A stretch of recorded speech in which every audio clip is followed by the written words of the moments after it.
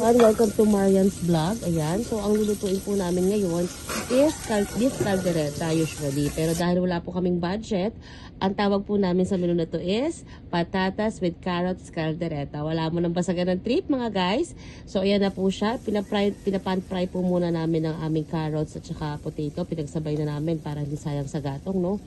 And then after po niyan, maggigisa na po tayo. Kasama na po ng carrots at saka ng mga patatas na yan, isabay na natin ang bawang at sibuyas. Yan, sa pagsabay po ng bawang at sibuyas, usually sa perfectionist magluto, inuuna muna ang bawang at sibuyas. No? Pero sa amin, sama-sama na natin yan. Ganon din naman ang magiging lasa niyan mga guys.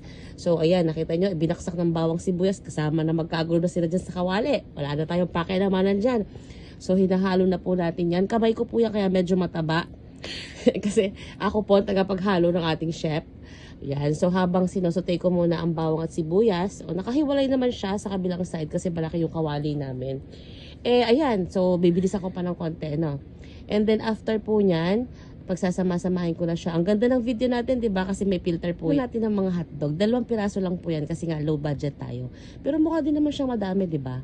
So ayan, ipiprito lang din natin. Oh, 'di ba? Imported, may pagganong-ganon pa. Bigla nag-iba po yung kulay ng ating video kasi po napagalitan akong gumamit ng filter sa pagluluto. So ayan na, naglalagay na ako ng paminta, ng asin at saka tinakluban na po kasi kailangan lumambot.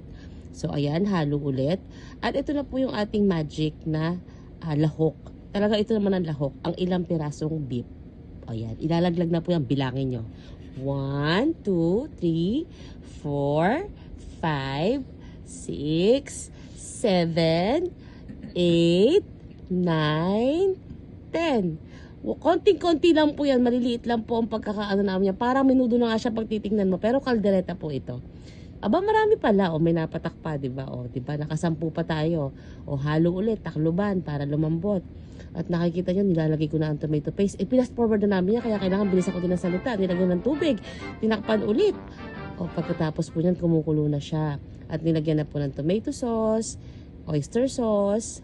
Ano pa ba yan? Oh, peanut butter at saka liver spread nilagay na din po natin. So, yun yung nagpapasarap dyan. Pero guys, sigurado ko sa inyo, ang pagkain na ito ay talagang magugustuhan nyo dahil perfect ko pong niluluto yan. Hindi po talaga si chef ang nagluto yan. Ako po gusto ko lang ilabas sa vlog niya. Nilagyan ko din po yan ng bell pepper na kulay red at kulay green at saka cheese. So, eto na siya. O, diba? Masarap po yan kasi specialty ko yan. Hindi nga yan magaya ni chef eh.